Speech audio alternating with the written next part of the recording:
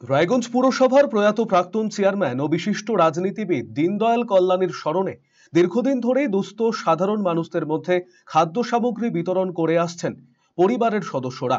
রায়গঞ্জ বিধানসভা কেন্দ্রের বিভিন্ন এলাকায় অন্নপূর্ণা ভান্ডার নামে এই ভ্রাম্যমাণ গাড়িটি থেকে প্রতিদিন প্রায় 4,000 মানুষের হাতে বিনামূল্যে খাদ্য সামগ্রী তুলে দেওয়া হয়।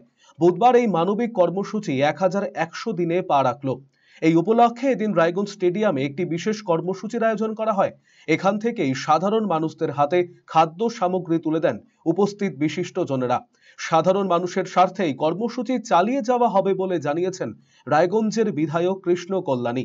এদিনের এই কর্মসূচিতে পুরসভার প্রশাসক সন্দীপ বিশ্বাস, পরিবারের পক্ষে বিশিষ্ট সমাজসেবী নারায়ণ কল্যাণী, চৈতালি ঘোষ সাহা সহ অন্যান্য বিশিষ্ট ব্যক্তিরা এদিনের কর্মসূচিতে উপস্থিত ছিলেন। যেমন কি আপনারা জানেন, আমার বাবা স্বর্গীয় দীনদয়াল কল্যাণী মহাশয়ের স্মৃতিতে আমরা এই রুটির গাড়িটা পরিচালনা করে থাকি। আজকে এই রুটির গাড়ির 1100তম দিন, সেজন্য আমরা একটু ভালোভাবে সেটাকে পরিবেশন করছি। কত লোক খাবে? ডেইলি মোটামুটি 3,500 থেকে 4,000 লোক খেয়ে থাকে।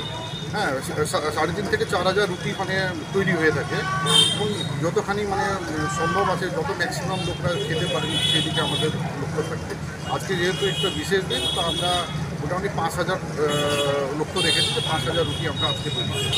রুটি আছে, ডাল আছে, আলু ফুলকপি সবজি আছে, মিষ্টিতে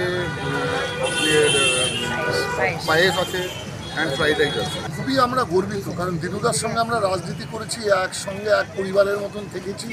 সেই দিনুদার স্মৃতির উদ্দেশ্যে, পূর্ণ স্মৃতির উদ্দেশ্যে তার পরিবারের পক্ষ থেকে উর্মিলা বৌদি এবং তার দুই পুত্রদ্বয় নারায়ণ কল্যাণী, কৃষ্ণ কল্যাণী, ওনারা পারিবারিকভাবে আজকে এই ভান্ডারা গাড়ি আজকে 1100তম দিনে আজকে পা দিল। এটা আমাদের কাছে অত্যন্ত আনন্দের যে সর্বস্তরের মানুষদেরকে দুপুরে যে আহার তুলে দিচ্ছেন এই অন্নপূর্ণা ভান্ডার নামক গাড়ি থেকে, এটা খুবই আমাদের কাছে গর্বের। দিনুদার স্মৃতিকে জীবিত রাখবার জন্য যে প্রচেষ্টা, এটা সার্থক রূপ পাচ্ছে বলে আমি বিশ্বাস করি।